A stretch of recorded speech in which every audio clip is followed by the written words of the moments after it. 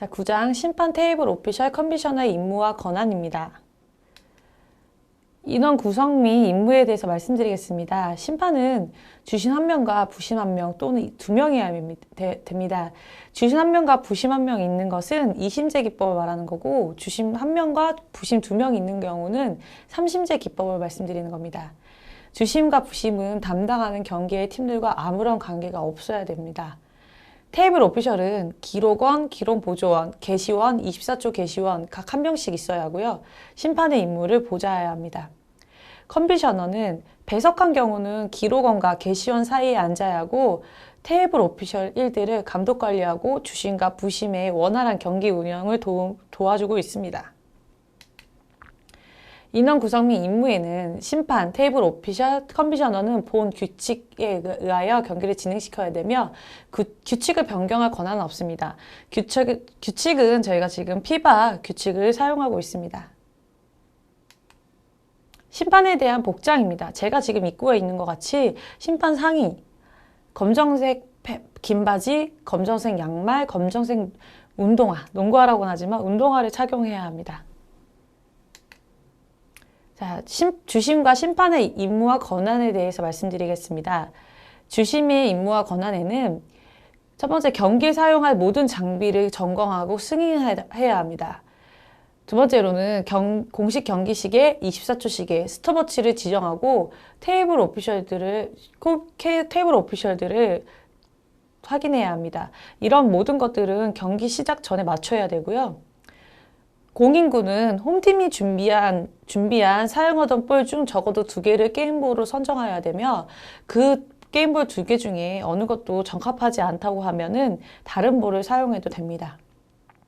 어느 선수도 부상당할 수 있는 물건들을 착용하지 못하도록 되어 있습니다. 특히 여자 선수들 같은 경우는 딱딱한 핀을 많이 사용하고 있는데요.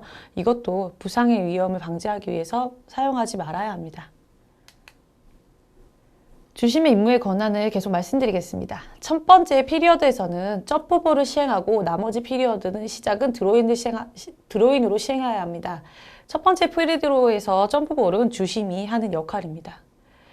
우려되는 상황이 발생했을 때 경기를 중단 또는 몰수할 권한이 있습니다.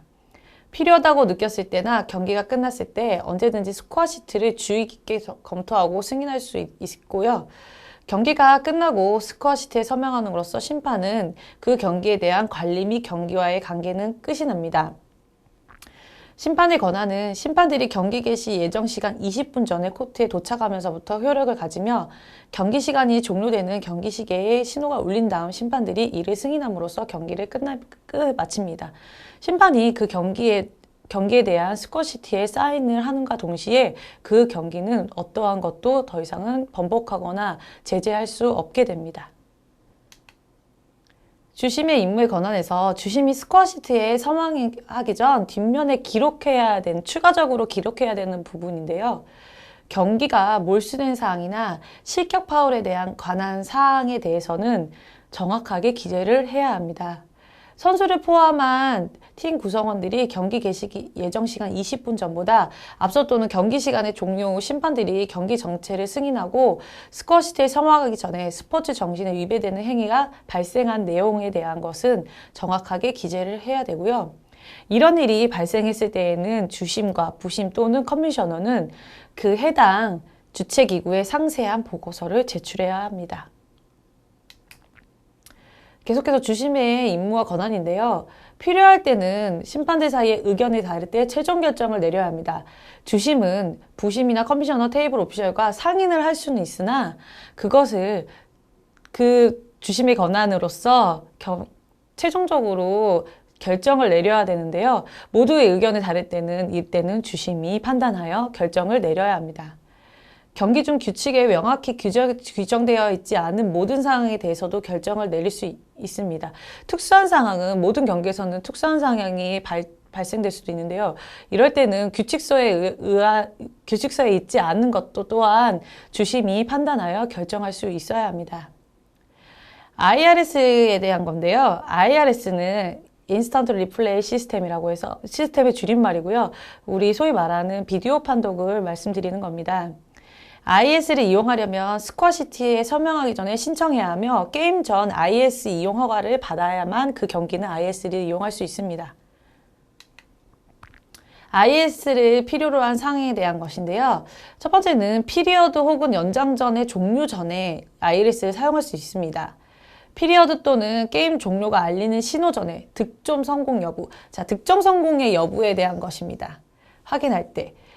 슈터의 아웃 오브 바운드, 바이올레이션, 샷클락 바이올레이션, 8초 바이올레이션, 경기 시간 종료 전에 파울이 발생했을 때 남아있는 잔여 시간입니다.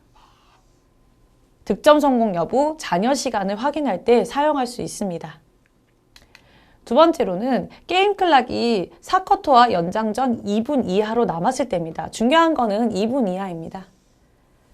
24초 개시기 신호가 울리기 전에 성공된 골이 선수의 손에서 떠나는지를 확인할 때, 자, 이럴 때는 시간은 심판이 육안으로 확인을 해야 하기 때문에 육안과 소리로 확인해야 되기 때문에 명확하게 판단하기가 힘든데요. 이럴 때는 정확하게 판정을 내리기 위해서 ILS를 사용할 수 있습니다. 파울 선언 전에 피드골을 위한 볼이 선에서 떠났는지를 확인할 때, 아웃 오브 바운드를 시킨 선수를 확인할 때, 자, 이럴 때는 IRS를 이용할 수 있습니다. 자, 경기 중에도 역시 ILS를 사용할 수 있는데요. 2점인지 3점인지 성공 여부를 확인할 때입니다. 순간적으로 심판들은 판단하기에 라인을 살짝이라도 밟았는지 밟지 않았는지를 순간적으로 놓치는 경우가 많은데요. 이럴 때는 ILS를 이용해서 라인을 터치가 됐는지 안 됐는지에 대한 거를 명확하게 판정을 내릴 수 있도록 ILS를 이용하는 것이 좋습니다. 경기 시간 개시기 또는 24초 개시기의 오작동으로 인해 얼마의 시간을 정정해야 할지를 확인할 때입니다. 올바른 프리드로 슈터가 맞는지 확인할 때인데요. 순간적으로 파울이 일어났을 때 심판과 선수들이 당황하는 경우에는 그때는 저희 프리드로 슈터가 변경될 때가 많습니다. 이럴 때는 그 슈터가 맞는지에 대한 정확한 거를 위하여 ILS를 사용하고 있습니다. 싸움이 일어났을 때 팀 구성원들의 참여 여부를 확인할 때입니다. 자, 싸움이 일어나는 경우에 대해서는 규칙서에도 별도로 표기가 되어 있는데요. 파울이 일어났을 때는 그 벤치 선수든 그 플레이를 뛰고 있는 선수가 그 싸움에 가담했는지 가담하지 않았는지에 대한 거를 판단하여 파울이 규칙을 적용해야 되는데 이때 싸움이 일어났을 때 구성원들의 참여 여부에 대해서 ILS를 통해서 판단하여 판정할 수 있습니다. 자, 심판의 임무와 권한에 대해서 말씀드리겠습니다. 기록석, 게시석, 팀 벤치와 그 부근을 포함하는 경계선 내의 외를 막론하고 규칙 위반에 대하여 판정을 내릴 권한이 있습니다. 자, 심판은 경기 중간에서의 판정만 내리는 것이 아니라 기록석 부근, 모든 코트 안에 있는 모든 것을 이용하여 판정을 내릴 권한이 있다는 것입니다. 규칙이 위반되었을 때, 피리어드가 끝났을 때, 심판이 경기를 중단시킬 필요가 있을 때는 휘슬을 불어 그 내용을 알립니다. 심판은 토킹이나 시그널을 사용할 때는 목소리를 사용하지만 일단은 휘슬을 불어 경기를 중단시킨 후 그거에 대한 내용을 알려줘야 합니다. 프리드로나 필드골이 성공되었을 때 또는 볼이 라이브 될 때는 휘슬을 불지 말아야 합니다. 원활한 경기를 진행시키기 위해서 특수한 상황이 발견되지 않았을 때는 경기를 원활하게 진행시켜야 하며 웬만해서는 경기를 중단시키지 말아야 합니다. 자, 심판의 임무의 권한인데요. 선수들이 신체적 접촉이나 바이올레이션에 대해 기본적인 원칙에 따라 배려와 비중을 고려하여 판정해야 합니다. 규칙의 정신과 목적, 경기의 성실한 상태를 유지해야 합니다. 자, 유리와 불리. 이 개념을 일관성 있게 적용하여 선수들 간에 흔히 있을 수 있는 접촉에 대해서 그 선수에게 유리하거나 반대팀에게 불리하지 않는 한 경기의 흐름을 끊는 벌칙을 주지 않도록 해야 합니다.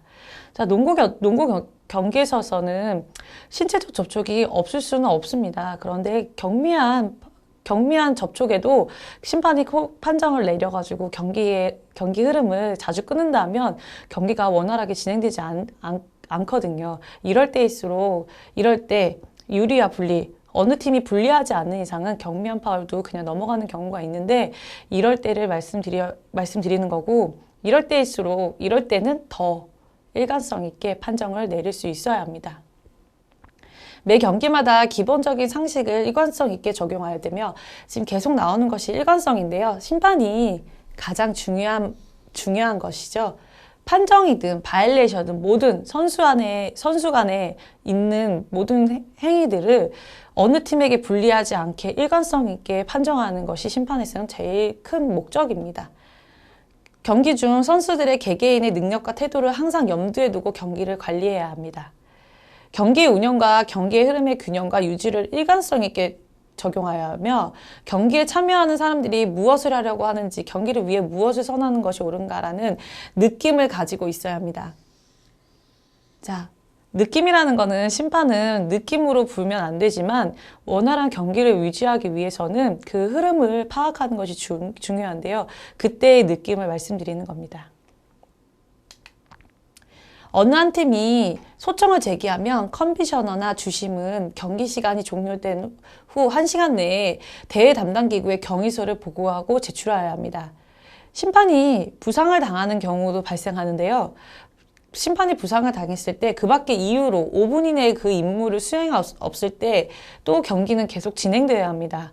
부상당한 심판과 교체할 만한 심판이 그 체육관에 있다 하면은 나머지 한 심판이 있을 때에는 교체가 가능하고요. 만약에 그 주위에 교체할 심판이 없다 하면은 나머지 한 심판이던 두 명의 심판은 그 경기를 마칠 때까지 담당해야 됩니다. 커미셔너와 상의한 다음 교체가 가능한 심판이 있다면 교체는 결정할 수 있습니다. 모든 교체 경기에 있어서 판정을 명확하기 위하여 대화는 필요하다면 뭐든지 영어로 해야 합니다. 규칙에 정해진 바에 따라 주어진 권한으로 내린 각 심판의 판정에 대하여 다른 어떠한 심판도 판정을 무시하거나 질의할 수는 없습니다.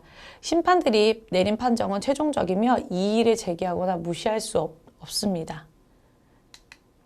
자, 기록원과 보조 기록원의 임무에 대해서 말씀드리겠습니다. 기록원의 임무에서는 스코어 시트를 준비하고 기록하는 일을 합니다. 스코어 시트에 기록하는 것들은 팀명, 스타팅 멤버, 그 외 모든 교체 선수 및 경기에 출전한 모든 선수들의 이름과 번호가 적혀 있어야 되고요. 여기에 추가로 감독 코치의 이름도 기재되어 있어야 합니다. 선수의 교체 및 변호의 규칙이 위반이 발견되면 가능한 한 빨리 가까이에 있는 심판에게 알려줘야 합니다. 필드골과 프리드로가 성공될 때 득점의 합계도 스코어 시트에 기재해야 되고요. 각 선수 및 코치에게 선언되는 파울, 각 선수는 개인 파울 말씀드리는 거고 감독 코치는 벤치티 파울을 말씀드리는 겁니다. BT로 저희가 기재를 하고 있습니다. 한 선수에게 5회째 파울이 선언되었을 때나 코치나 선수가 실격되어야 할 때 즉시 심판에게 알려줘야 합니다. 스코어 시트에 기록하는 사항들입니다. 선수의 이름과 넘버 뿐만 아니라 타임아웃을 요청했을 때 타임아웃의 횟수에 대해서도 기재를 하고 있습니다. 심판에게는 타임아웃의 기회를 알려야 하며 전후반이나 연장전에서 더 이상 허용될 타임아웃이 남아있지 않을 때는 심판을 통해 코치에게 알려줘야 됩니다. 직접적으로 알려주기보다는 심판을 통해 타임아웃의 기회가 남아있는지에 대한 여부를 코치에게 알려줘야 합니다. 자, 볼 소유권의 교체를 알리는 화살표 표시. 전반전이 끝나면 바스켓을 교체하는 후반전을 위해 즉시 볼 소유권의 교체를 알리는 화살표 표시의 방향을 바꾸어 다음번 볼 소유권의 교체를 알려야 합니다. 자, 이 방식은 저희가 사용하고 있는 얼터네이팅 방식에 대한 화살표 방향을 말씀드리는 겁니다. 그 밖에 기록원의 임무입니다. 각 선수가 파울을 범할 때마다 그 선수의 파울 수가 적힌 표시판을 양팀 코치들이 잘 보일 수 있도록 들어올려 알려야 합니다. 자, 정식 대회에서는 저희가 기록원 앞에 1부터 5까지의 팻말이 적혀 있는 팻말이 있습니다. 파울을 한 개 범했을 때는 하나의 팻말을 들어 올려 그 선수가 몇 개의 파울을 하였는지에 대해서 모두 다 알 수 있게 해줘야 합니다. 팀파울 표식을 기록석에서 준비하고 한 피리어드에서 네 번째 팀파울이 선언되어 팀파울 벌칙 상태가 되면 볼이 라이브로 되는 즉시 파울을 범한 팀 벤치 가까운 테이블 끝에 놓아야 합니다. 자, 팀 파울은 한 피리어드에 4개의 파울이 선언되고 5번째부터는 프리드로가 주어지는데요. 자유투가 주어지는데요. 이럴 때는 4개까지 파울을 범했을 때는 경기가 진행이 되면 그 팀 파울이 걸렸다는 표시를 명확하게 해줘야 한다는 말입니다. 볼이 데드 상태거나 다시 라이브 되기 전에 하나요 신호를 울릴 수 있습니다. 기록원의 신호는 경기 시계나 경기를 멈추지 못하며 볼을 데드시키지도 못합니다. 자, 경기를 데드시킬 수 있는 권한은 심판에게 있습니다. 경기 기록원은 아무리 큰 실수가 발견되었다 해도 급박한 상황이라도 경기를 중단시킬 수는 없습니다. 자, 보조 기록원의 임무입니다. 스코어보드의 조종 및 기록원의 보조를 하는 역할을 하고 있고요. 스코어보드와 공식 스코어 시트가 서로 불리치하지만 이에 대한 확실한 근거가 없는 경우에는 공식 스코어 시트가 우선으로 정해집니다. 자, 경기 중간에는 경기 점수가 전광판과 스코어 시트 2개가 맞지 않는 경우가 많이 발생하고 있습니다. 이럴 때는 양팀 벤치에 스코어 시트를 기재하고 있으면 양팀 벤치 그리고 스코어 시트, 정식 스코어 시트, 전광판까지 모두 통합하여 확인을 한 후 그래도 결과가 나오지 않는다면 말씀드린 대로 공식 스코어 시트가 우선으로 점수를 결정하게 됩니다. 스코어 기록의 보조 기록원의 임무에서 스코어 기록의 오류의 정정입니다. 기록의 정정이 경기의 결과에 영향을 미친다 하더라도 승패가 좌우된다는 말씀이죠. 잘못된 기록은 무조건 정정해야 합니다. 경기 중 오류가 발견되면 기록원은 신호를 울리기 전에 먼저 경기가 중단될 때까지 기다린 후 경기 시간이 끝나고 스코어 시트에 주심 서명을 하기 전에 잘못을 정정해야 합니다. 주심이나 커미셔너는 경기 주최 측에 해당 내용에 대한 상세한 보고서를 제출해야 합니다. 스코어 시트에 주심이 서명한 후에는 더 이상 오류를 정정할 수 없습니다. 이때 중요한 건 경기 기록원은 경기가 마치기 전까지는 데드를 시키면 안 된다는 것이 중요하고요. 실수가 발견되었다 하더라도 심판이 스코어 시트에 사인을 하고 난 후에는 절대적으로 변경을 할 수가 없습니다. 자, 이번에는 개시원과 24조 개시원의 임무입니다. 첫 번째로 개시원의 임무인데요. 시간을 측정하는 일을 맡고 있습니다. 경기 시계와 스톱워치를 준비하여 경기 시간, 타임아웃, 경기의 휴식 시간을 측정합니다. 경기 시계와 신호 소리는 매우 커야 하며 매 피리어드와 경기 시간이 끝나면 자동적으로 울리는 것이어야 합니다. 자, 자동적으로 울리는 것을 선호하는데요. 사람이 수동으로 시간을 스타트하고 스탑을 하다 보면 오차가 발생할 수 있는데 이러한 것을 줄이기 위해서 최대한 자동으로 울리는 것을 사용하고 있습니다. 경기 시계가 신호 소리가 나지 않거나 소리가 들리지 않을 때에는 가능한 어떤 방법으로도 즉시 심판에게 알려야 됩니다. 자, 이런 경우가 비일비재하게 일어나고 있는데요. 경기 중간에 부저가 고장이 났다 한다 하면 어떠한 방식으로도 일어서거나 행동을 통해서 심판에게 신호를 알려야 합니다. 세 번째 피리어드가 시작되기 적어도 3분 전에 양 팀과 심판들에게 이를 알려줘야 합니다. 경기 시간을 개시해서 경기 시계를 스타트시키는 경우를 말씀드리겠습니다. 점프볼에 있어 점퍼가 볼을 정당하게 탭을 했을 때 탭이 되는과 동시에 경기 시계는 스타트 되어야 합니다. 마지막 프리드로가 실패하고 볼이 라이브 될 때에는 볼이 코트 안에 있는 선수에게 터치가 되는과 동시에 경기 시계는 스타트 되어야 합니다. 드로잉된 볼을 코트 안에 있는 선수가 터치하거나 선수에게 터치되었을 때 드로잉하는 선수가 볼을 코트 안에 있는 선수에게 패스를 해서 그 선수가 볼을 받는과 동시에 아니면 몸에 맞는 행위 자체로도 경기 시계는 스타트 되어야 합니다. 이번에는 경기를 정지시키는 경우입니다. 각 피리어드의 경기 시간이 끝났을 때 만일 경기 시계가 자동으로 정지되는 것이 아니라면 개시원이 선수 경기를 중단시켜야 합니다. 볼이 라이브 중인 동안에 심판이 휘슬 불 때, 자, 경기 중간에 심판이 휘슬이 나오면 무조건 경기 시계는 중단되어야 합니다. 필드골을 득점한 반대팀이 차지한 타임아웃을 요청했을 때, 자, 필드골이 성공했을 때는 경기를 중단시키지 않는데요. 타임아웃을 요청했을 때는 심판이 휘슬을 울리지 않더라도 경기 개시원은 경기 시간을 중단시키고 부저를 울려 타임아웃을 주어야 합니다. 네 번째 피리어드 또는 연장전의 마지막 2분 동안에 필드골이 성공되었을 때, 한 팀이 볼을 컨트롤하고 있는 동안 24초 개시 시그널가 울렸을 때, 이때는 경기 시계와 24초 개시기는 모두 정지되어야 합니다.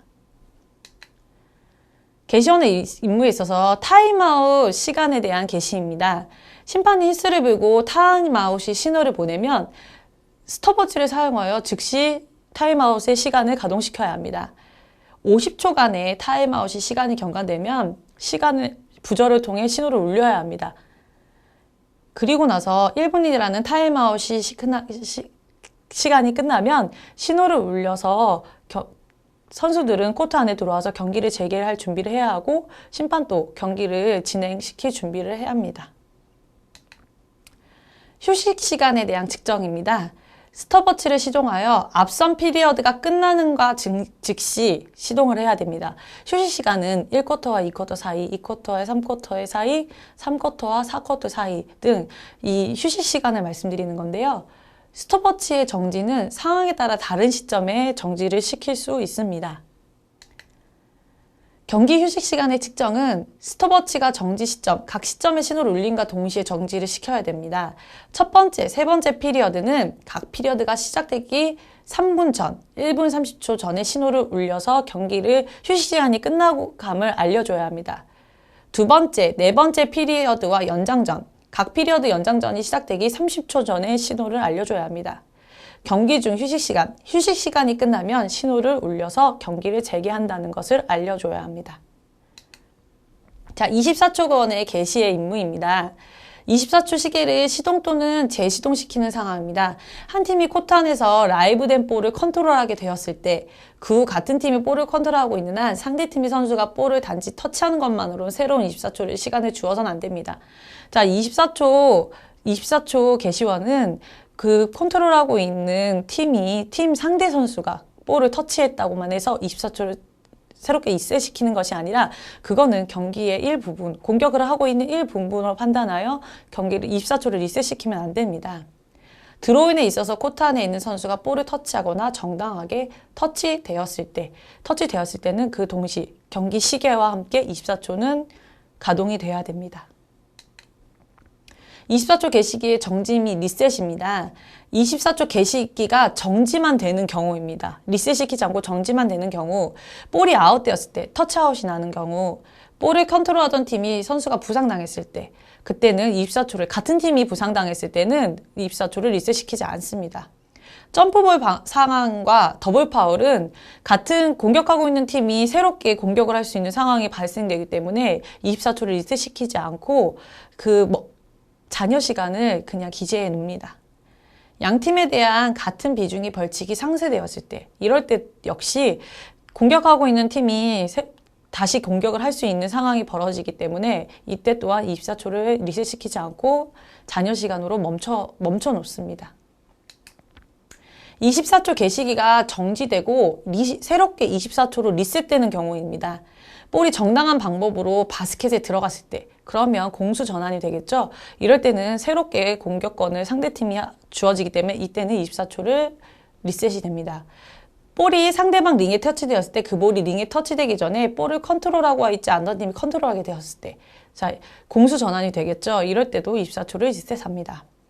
바이올레이션이나 파울의 결과에 따라서 볼을 컨트롤하던 팀과 관련 없는 행위 때문에 게임이 중단되거나 어느 팀과도 관계없는 행동으로 경기가 중단된 경우 어느 팀에게 불리해 주지 않는 이상 팀은 백코트에서 드로인을 얻게 됩니다. 자, 이런 상황은 약간의 특수한 상황을 말씀드리는 건데요. 경기의 외적인 문제로 경기가 중단되었을 때, 양 팀의 불이익이 없을 때는 이때는 24초를 새로 주어 공격을 다시 합니다. 어느 팀에든지 프리드로가 주어졌을 때 볼을 컨트롤하고 있는 팀이 규칙을 위반했을 때, 이럴 때는 24초가 새롭게 시동됩니다. 자, 24초 개시기가 14초 남았을 때만 정지되는 경우를 말씀드리겠습니다. 파울이나 바이올레이션이 일어났을 때는 24초를 리셋시키지 않고 14초로 리셋을 합니다. 볼을 컨트롤하고 있는 팀과 관련 없는 행동으로 인해 경기가 중단되었을 때, 상대팀이 불리한 상황에 있지 않은 한 어느 팀과도 관련 없는 사이로 경기가 중단되었을 때, 상대팀이 불리하지 않는 한 14초로 리셋을 시킨다는 말입니다. 24초 개시가 정지되고 14초로 리셋되는 경우를 말씀드립니다. 볼을 컨트롤하던 팀이 프론트 코트에서 드로인을 하게 되었고 24초 시계에 13초 또는 그 미만의 시간이 남았을 때 파울이나 바이올레이션이 일어난 경우 볼을 컨트롤하고 있는 팀과 관련 없는 행동으로 인해 경기가 중단된 경우 상대팀이 불리한 상황에 있지 않은 한 어느 팀과도 관련 없는 사고로 경기가 중단된 경우는 14초로 리셋이 됩니다. 피드골이나 마지막 또는 하나만의 프리드로 또는 패스한 볼이 링에 터치되었지만 골이 성공되었지 않고 링에 터치되기 전 볼을 컨트롤하던 팀이 다시 볼을 컨트롤했을 때, 자, 말이 조금 어렵긴 하지만 그 프리드로 상황에서 공격하는 팀이 다시 정당하게 마지막 골을 시도했고 그 공이 링에 터치됐고 다시 그 같은 팀이 공격을 했을 때는 24초를, 전체적인 24초를 주지 않고 빠른 공격을 위해서 저희가 14초를 주고 있습니다. 24초 개시기의 정지 및 리셋입니다. 어느 피리어에서든지 볼이 데드되고 경기 시계가 멈추었을 때 남은 경기 시간이 14초 미만인 경우 24초 개시기는 돌리지 않고 정지를 시켜놓고 있습니다. 어느 팀도 볼을 컨트롤하고 있지 않은 한 24초 개시기의 신호는 경기 시계와 경기를 중단시키지 못하며 볼을 데드시키지도 못합니다.